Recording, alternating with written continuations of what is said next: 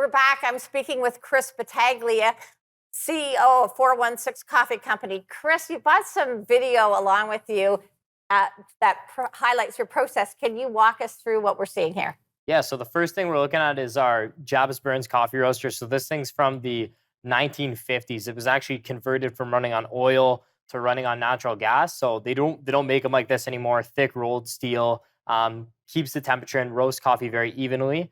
Then you're looking at green coffee. So a lot of people don't know coffee grows inside of a cherry. It's then picked, processed, and then we get it kind of dried and green, and then we roast it. And during that process is when it actually turns brown. So this is kind of highlighting the whole roasting process. You'll see a big drop of the coffee being dropped into the cooling bin, where after it's done roasting in the drum, it then goes into a cooling bin to become temperature stable, and then we store the coffee.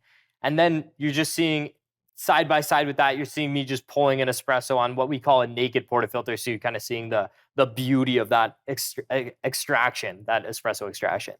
So you have a lot of equipment in your coffee company. Who's maintaining it? Is that something you're doing yourself, or do you have to hire outside people to come in and maintain your equipment? So my dad's a licensed mechanic by trade and an espresso machine tech before he kind of even got involved in roasting. So at all of our stores, all of our espresso machines, all of our equipment is really maintained by him. And then the actual coffee roaster, whatever little maintenance we need to do, we do ourselves. So that's all done in-house by Carm. So tell us, what's hot in coffee today? I know there's, it used to be you could get dark or light roasted. Now there's all sorts of flavors. Tell us what's hot in coffee. Yeah, so right now, I mean, we're seeing a lot of people get excited about kind of, I feel like we're in the age of like specialty drinks. We're seeing a lot of people play with, banana milk. We're seeing mint being added to beverages. So kind of more cocktail-esque beverages happening at the coffee shop level.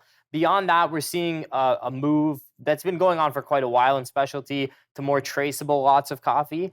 Before, people wanted to know the coffee was from Brazil. Now people want to know the coffee's from Brazil and the farmer and when it was harvested and what varietal and species. So I think as the average consumer is getting more kind of coffee educated, they're looking for more and more traceability and information about given coffees. So a move to freshness and traceability. We're seeing that with a lot of grocery, but definitely in coffee as well. Now, you created this banana latte. It looks amazing. I saw it on the internet. Tell us about that.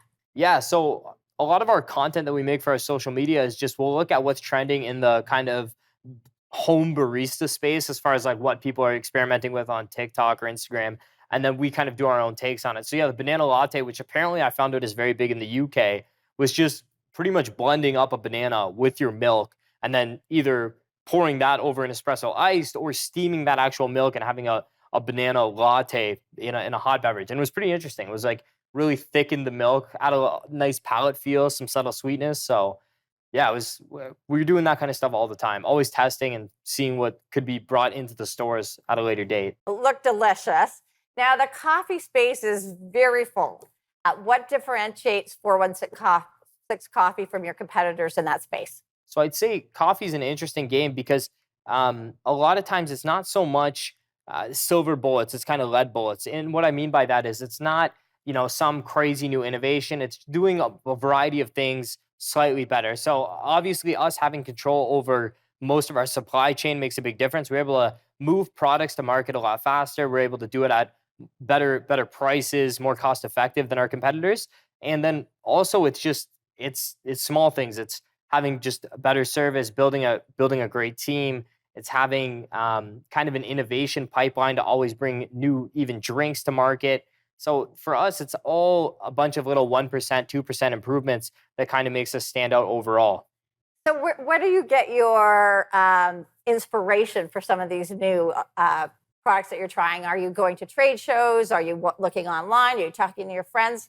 How do you keep that funnel full? I'd say for us, it's just a lot of listening to our customers. We have thousands of people that come to our stores every month, and they're always open to sharing something with us. And that's what helps with us still being involved in the day-to-day quite a bit. We're not physically behind the bar a lot these days, but we're always around, talking to people, seeing what people are interested in. And the customers are the best source of that because they'll just tell you, hey, like, you should try this, or I went somewhere in California and I tried this. And then they'll kind of give you those ideas as long as you're listening. And then you can go in the back end and see if you can make something that is, one, affordable, and two, that you could actually execute on, and then push it through kind of an innovation pipeline to have these new beverages, these fun things.